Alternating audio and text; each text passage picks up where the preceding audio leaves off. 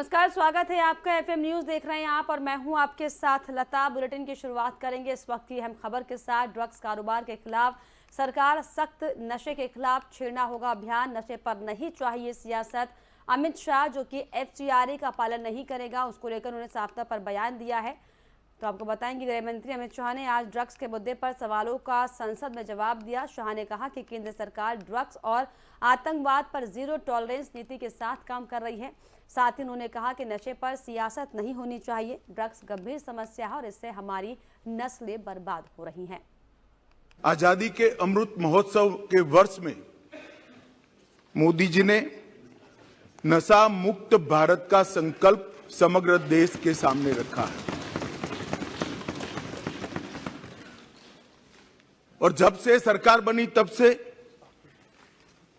गंभीरतापूर्वक इस दिशा में ढेर सारी कार्यवाही भी हुई। मैं सदन को फिर से एक बार आश्वस्त करना चाहता हूं कि नरेंद्र मोदी सरकार की ड्रग के कारोबार पर और उसके मुनाफे से आतंकवाद के वित्त पोषण पर जीरो टॉलरेंस की नीति है और हम सख्ताई से इसको जीरो तक ले जाने के लिए हम प्रयास कर रहे हैं। ड्रग का प्रचार प्रसार न केवल हमारी आने वाली नस्लों को खोखला करता है, लाखों लाखों परिवारों को बर्बाद करता है और कई प्रकार के सामाजिक दूषण भी, कानून और व्यवस्था से जुड़े हुए भी इससे खड़े होते हैं। आगे मैंने कहा ऐसे आतंकवाद के वित्त पोषण के लिए भी इसके मुनाफे का जो देश भारत में आतंकवाद को बढ़ाना चाहते हैं, समर्थन देना चाहते हैं, वो इसका उपयोग करते हैं और देश के अर्थतंत्र के अंदर ये डर्टी मनी की प्रेजेंस देश के अर्थतंत्र को भी खोखला करती है। इसलिए जो नरेंद्र मोदी जी ने, देश के सम्मानीय प्रधानमंत्री जी ने गृह विभाग के सामने एक लक्ष्य रखा है नशा मुक्त भारत का, मैं निश्चित रूप से इस सदन को आश्वासन देना चाहता हूं, आश्वस्त करना चाहता हूं कि लक्ष्य की पूरी परिपूर्ति के लिए हमारी ओर से कोई कसर नहीं छोड़ी जाएगी। मान्यवर, ये लड़ाई न केंद्र की है, न राज्य की है, न कोई एक विभाग की है। केंद्र सरकार और सभी राज्य सरकार और केंद्र शासित प्रदेशों ने मिलकर ये लड़ाई लड़नी पड़ेगी, क्योंकि इसका परिणाम लाना है तो बहुआयामी लड़ाई लड़े बगैर ये परिणाम नहीं आ सकता है। बॉर्डरों को से भी ड्रग की एंट्री को रोकना पड़ेगा, एयरपोर्ट और बंदरगाहों से भी ड्रग की एंट्री को रोकना पड़ेगा। रेवेन्यू डिपार्टमेंट ने भी सतर्कता के साथ इन टोटो जो योजना बनी है इसका एक हिस्सा बनकर एग्रेसिवली काम करना पड़ेगा। नारकोटिक्स कंट्रोल ब्यूरो और राज्य की एंटी नारकोटिक्स सारी एजेंसियों ने भी एक पेज पर रहकर काम करना पड़ेगा। इसके साथ साथ पुनर्वसन और व्यसन मुक्ति के लिए समाज कल्याण विभाग और हेल्थ डिपार्टमेंट ने भी साथ में रहना पड़ेगा। इसके सभी आयामों को अगर हम एड्रेस करते हैं और सभी आयामों को ये लड़ाई के अंदर एक समान तीव्रता से जोड़ते हैं, तभी जाकर हमारा ड्रग फ्री इंडिया का स्वप्न साकार हो सकता है। और अभी अभी जो जिक्र करते थे कि गुजरात की बंदरगाह से 3000 किलो नशा पकड़ा गया, जो आज तक का सबसे बड़ा कैच है वो कस्टम के सॉफ्टवेयर एनालिसिस के आधार पर ही पकड़ा गया है। और मान्यवर, अभी कुछ सदस्य पढ़ रहे थे, मैं इस पर कोई टिप्पणी करना नहीं चाहता, सिर्फ एक दृष्टिकोण के बदलाव की विनंती करना चाहता हूं। किस राज्य में से सबसे ज्यादा ड्रग्स पकड़े गए, उसका मतलब हम ये ना निकाले कि वो राज्यों में सबसे ज्यादा ड्रग है। इसका मतलब ये है कि वो राज्य सबसे ज्यादा काम करता है और पकड़ता है। अगर पकड़ते ही नहीं है तो कुछ नहीं पकड़ा जाएगा, तो फिर पंजाब में ड्रग ही नहीं है। अगर पकड़ना नहीं है तो आंकड़े अच्छे ही हो जाएंगे। मगर क्या इस शुतुरमुर्ग नीति से हम देश को बचा सकते हैं? नहीं बचा सकते। हमारा मुंह मिट्टी में डालने से आंधी नहीं चली जाती मान्यवर, आंधी को फेस करना पड़ता है, सीने पे झेलना पड़ता है। गांधी के नेतृत्व में कांग्रेस की भारत जोड़ो यात्रा राजस्थान से हरियाणा में प्रवेश कर गई, जहां पर हरियाणा कांग्रेस के हजारों कार्यकर्ताओं ने राहुल गांधी का जोरदार स्वागत किया। हरियाणा के नूंह में कांग्रेस नेता राहुल गांधी ने एक जनसभा को संबोधित करते हुए केंद्र सरकार पर हमला बोला। कांग्रेस नेता राहुल गांधी ने कहा कि ये मत सोचिए कि ये नई लड़ाई है, ये लड़ाई हजारों साल पुरानी है। तो वहीं दूसरी तरफ स्वास्थ्य मंत्री मनसुख द्वारा राहुल गांधी को लिखी चिट्ठी को लेकर भी सियासी सरगर्मी तेज हो गई है। स्वास्थ्य मंत्री ने राहुल गांधी को चिट्ठी लिखकर भारत जोड़ो यात्रा में कोविड प्रोटोकॉल का पालन कराने की अपील की। चिट्ठी में उन्होंने लिखा कि यदि ये संभव ना हो तो यात्रा को देश हित में स्थगित करने का निर्णय लिया जाए। दरअसल चीन, जापान सहित कई देशों में कोरोना एक बार फिर से अपने पैर पसार रहा है। चीन में ना तो हालात जो हैं वो बद से बदतर होते जा रहे हैं। ऐसे में स्वास्थ्य मंत्री ने राहुल गांधी से फिलहाल यात्रा स्थगित करने की अपील की है। चीन के समेत दुनिया के तमाम देशों में कोरोना वायरस ने एक बार फिर से पैर पसारना शुरू कर दिया है। चीन के हालातों को देखते हुए भारत सरकार भी सतर्क हो गई है।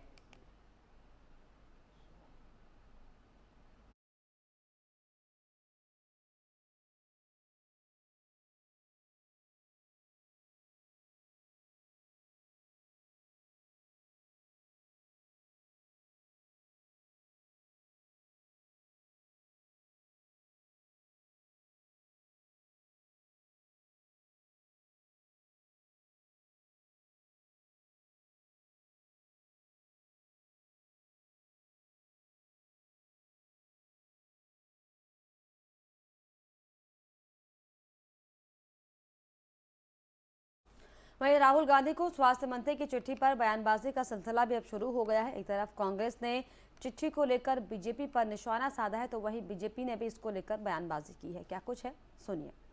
अभी मैंने पत्र देखा है, कल का ही है। आप देखिएगा इनके हालात क्या, कितने बौखलाहट है। 2 मेंबर पार्लियामेंट, एक पीपी चौधरी पाली के, एक निहाल सिंह जी गंगानगर के, वो कल ही पत्र लिखते हैं उनको कि राजस्थान में यात्रा चल रही है और राहुल गांधी जी की भारत जोड़ो यात्रा, और क्यों कोरोना फैल रहा है तो इसलिए आप इनको पाबंद करें कि ये कोरोना किस प्रकार से यात्रा कर रहे हैं। और तो मनसुख जी जो है उसी 20 तारीख को पत्र लिख रहे हैं राहुल गांधी जी को, कल ही लिख रहे हैं लेटर। अभी हमारे पास तो सोशल मीडिया में आया है कि आप ये सब प्रिकॉशन कीजिएगा, मास्क की भी, डिस्टेंसिंग की भी, क्वारंटाइन करने की भी। ये बौखलाहट का एक बड़ा नमूना सामने है देश के सामने। मेरे ख्याल से यात्रा शुरू होने के बाद में पहला पत्र आया होगा केंद्रीय मंत्री का। तो आप सोच सकते हो कि कितनी घबराई हुई है केंद्र सरकार कि केंद्रीय मंत्री लिख रहे हैं भूमिका बनाने के लिए कल हमें रोकनी पड़े यात्रा को आगे, तो कम से कम हम भूमिका बनाएं। उस आधार बनाने के लिए पत्र लिखा गया होगा, जो मैं अभी देख रहा हूँ। अभी मैं रास्ते में पढ़ के उतर रही हूँ। तो आप सोच सकते हो कि ये हालात है। तो बीजेपी खुद विचलित हो गई है, डिस्टर्ब हो गई है, और होना स्वाभाविक है। जो सफलता मिल रही है यात्रा को, अब इनके नड्डा साहब आए थे यहाँ जयपुर में, अभी 10 दिन पहले, 15 दिन पहले आए थे। आक्रोश रैली का आह्वान किया, वो मीटिंग भी फेल हुई उनकी। अब आक्रोश रैली वो कहाँ गई इनकी, वो छिप गई है या गायब हो गई है। 2-3 जगह विरोध हुआ उनका, हमने पढ़ा अखबारों के अंदर। तो इनकी आक्रोश रैली फेल हो रही है, लोग इनको पूछ रहे हैं कि आक्रोश तो हमारा आपके खिलाफ में है कि आप आज 4 साल तक कहाँ छिपे रहे हो, एक मुद्दा भी सरकार के खिलाफ नहीं बना पाए हो। और हमने इतिहास बनाया है राजस्थान के अंदर। आज जो हमारी स्कीमें हैं, एक मॉडल स्टेट के रूप में राजस्थान उभर के आ रहा है देश के अंदर। स्कीम जो हमने दी है, चाहे वो कर्मचारी OPS हो, चाहे चिरंजीवी योजना हो, राइट टू हेल्थ बिल पेश कर रहे हैं हम लोग, चाहे उड़ान योजना हो महिलाओं के लिए। लोग संकोच में बोलते नहीं है, महिलाएं गांव में बार बार इन्फेक्शन होते हैं उनके और माहवारी के अंदर, और वो बार बार कई बीमारी बन जाती है, बच्चे पैदा नहीं होते हैं, कैंसर हो जाते हैं। घूंघट में वो संकोच में बोल नहीं पाती है। अब संकोच छोड़ो। क्या एक परिवार सब प्रोटोकॉल से ऊपर है? ये तो मैं मान सकता हूं कि आज भी गांधी परिवार में कांग्रेस के राष्ट्रीय अध्यक्ष को ज्यादा एक परिवार को मान्यता मिलती है, लेकिन देश का प्रोटोकॉल, कोविड का प्रोटोकॉल तो उनको फॉलो करना पड़ेगा। आखिर क्या कारण है कि आज भी एक पार्टी, एक राजनीतिक दल एक परिवार तक अपने आप को सीमित रखता है और उसके लिए सारे प्रोटोकॉल तोड़ने के लिए भी तैयार होता है? आम आदमी पार्टी चार्जशीट जो आई है, कविता का नाम आया उसमें। पूछे सवाल तो पूछिए। ईडी के चार्जशीट आई है शराब घोटाले को लेकर, उसमें जिस तरह से खुलासे हुए उसको देख के लगता है कि वो कह रहे हैं कि सब पॉलिटिकल मोटिवेटेड है। देखिए, कभी भी कोई जिसने अपराध किया होता है वो शायद ये नहीं कहता कि उसने किया है।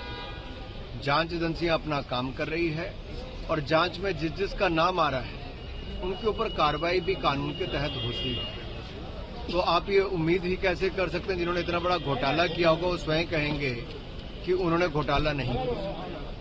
एक मैं आपको याद करवा दूं, अरविंद केजरीवाल जी बार बार ईमानदारी का सर्टिफिकेट सत्येंद्र जैन जी को देते थे जो 7 महीने से जेल में है। तो इनके सर्टिफिकेट ऐसे ही मिलते हैं। अपराध करने वाले को, जिन्होंने घोटाले किए हों, उनको सदा ईमानदारी का सर्टिफिकेट दिया और वो जेल में है। आगे देख। वहीं स्वास्थ्य मंत्री के चिट्ठी पर कांग्रेस का पलटवार। कांग्रेस ने चिट्ठी को लेकर बीजेपी पर हमला बोला है और चिट्ठी का नियम बीजेपी नेताओं पर आपको बताएं कि लागू होगा, ये बयान दिया गया है। दिग्विजय सिंह ने कहा है, साथ ही साथ यात्रा को रोकने के लिए मांडविया को लगा दिया है। अधीर रंजन चौधरी का ये बयान है। इसके अलावा बीजेपी को सिर्फ राहुल दिख रहे हैं और कोई नहीं।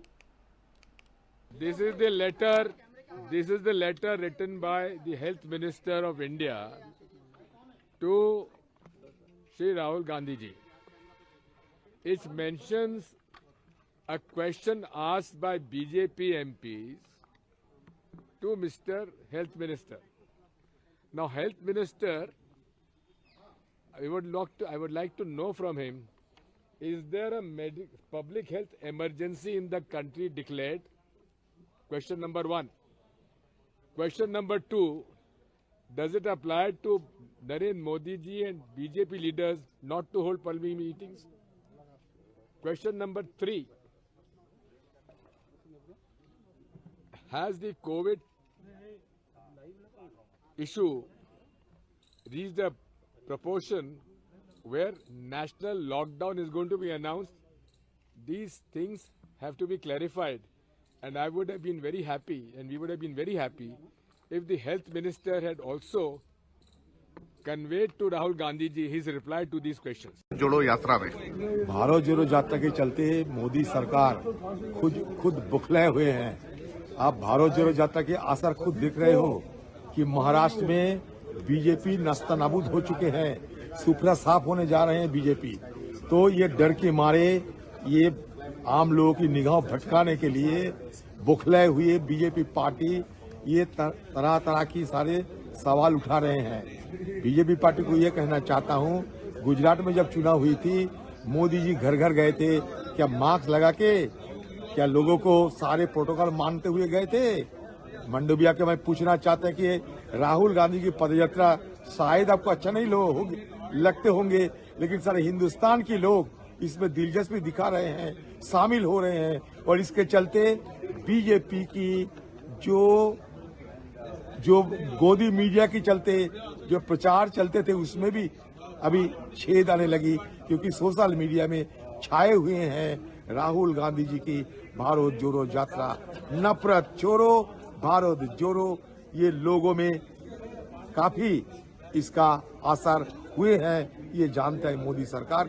इसलिए मंडविया को तैनात किया गया कि कुछ बहाना बना के ये आम लोगों की निगाह भटकाया जाए। नमस्कार, मैं हूं मानक गुप्ता।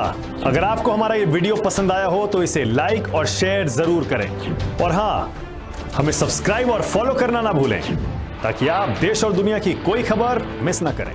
तो जुड़े रहिए हमारे साथ और देखते रहिए। माननीय स्वास्थ्य मंत्री ने, जैसा कि जयराम रमेश जी ने बताया, कि एक भाजपा सांसद राजस्थान से हैं बीपी चौधरी, उनके पत्र का हवाला देते हुए राहुल गांधी जी को यह पत्र प्रेषित किया। हम ये जानना चाहते हैं, क्या इसी तरह का पत्र भारतीय जनता पार्टी के राजस्थान के अध्यक्ष सतीश पूनिया को भी भेजा है, जो जन आक्रोश यात्रा निकाल रहे हैं? मानता हूं उस जन आक्रोश यात्रा में भीड़ नहीं आ रही, मानता हूं भारत जोड़ो यात्रा में भीड़ बहुत आ रही है। क्या इस तरह का पत्र कर्नाटक की भाजपा को भी भेजा गया है, जो एक और यात्रा निकाल रहे हैं, उसमें भी भीड़ नहीं आ रही है? मैं मानता हूं, स्वीकार करता हूं कि भारत जोड़ो यात्रा में उत्साह है और भीड़ ज्यादा आ रही है। आज अभी यहां से आप हवाई अड्डे जाइए, हवाई जहाज में बैठिए, न आपको मास्क लगाने को कहा जाएगा, न कोई सैनिटाइजर दिया जाएगा, खत्म। क्या भारत सरकार ने नियमों की कोई घोषणा की है, कोई प्रोटोकॉल की घोषणा की है? क्या संसद का सत्र स्थगित कर दिया गया है, फिजिकल जो चल रहा है, कि वो भी ऑनलाइन होगा? तो भारत सरकार को सिर्फ राहुल गांधी दिख रहे हैं, भारत सरकार को सिर्फ कांग्रेस पार्टी दिख रही है, भारत सरकार को सिर्फ भारत जोड़ो यात्रा दिख रही है, और कोई यात्रा नहीं दिख रही, और कोई भीड़ जहां हो रही है वो नहीं दिख रहा।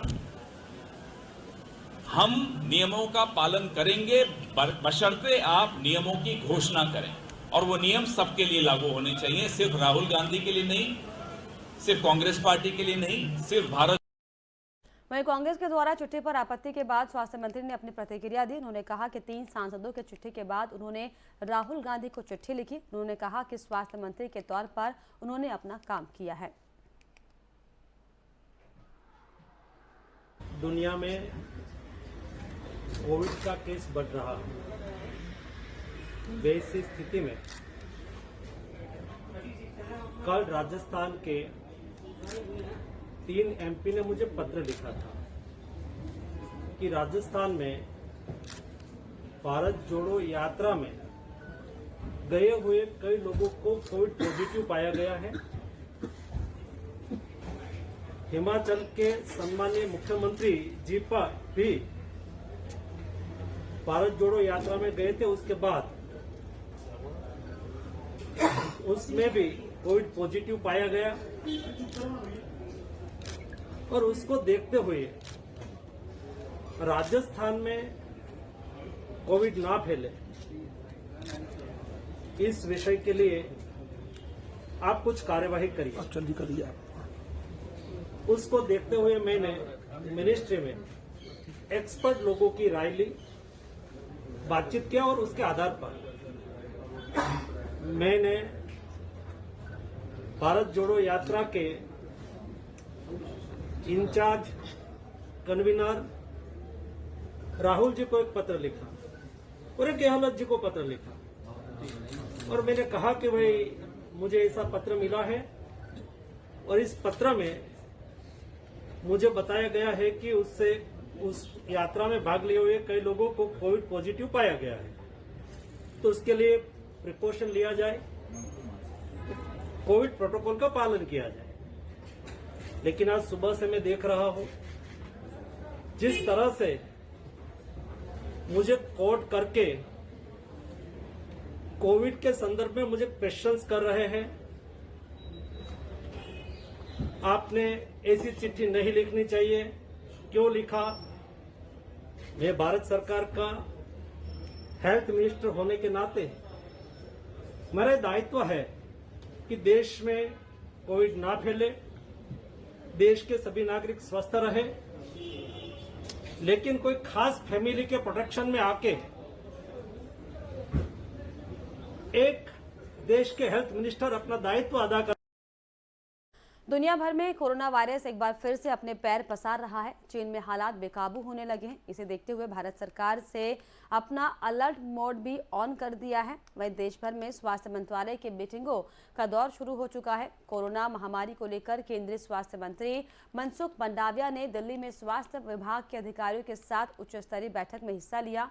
इसमें चीन व अन्य देशों में कोरोना की स्थिति को देखते हुए एहतियातन उपायों पर मंथन किया गया। केंद्रीय स्वास्थ्य मंत्रालय द्वारा आयोजित इस बैठक में नीति आयोग के सदस्य डॉक्टर वी.के. पाल, कोविड-19 वर्किंग ग्रुप NTAGI के प्रमुख doctor N.K. Arora, DGI CMSR और डॉक्टर राजीव बहल, जैव प्रौद्योगिकी विभाग के डॉक्टर राजेश गोखले और DGHS स्वास्थ्य एवं परिवार कल्याण मंत्रालय डॉक्टर अतुल गोयल में शामिल हुए।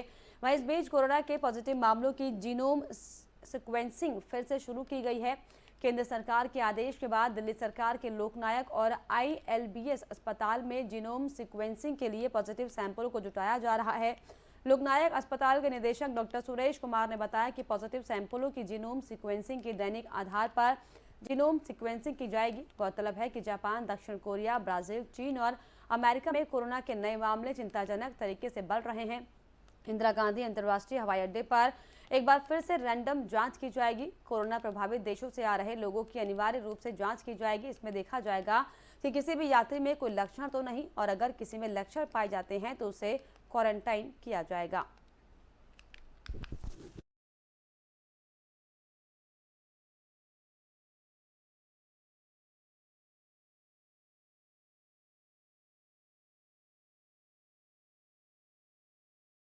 और इसी के साथ इस बुलेटिन में फिलहाल इतना ही। देश और दुनिया की तमाम खबरों के लिए आप देखते रहिए FM न्यूज़। नमस्कार।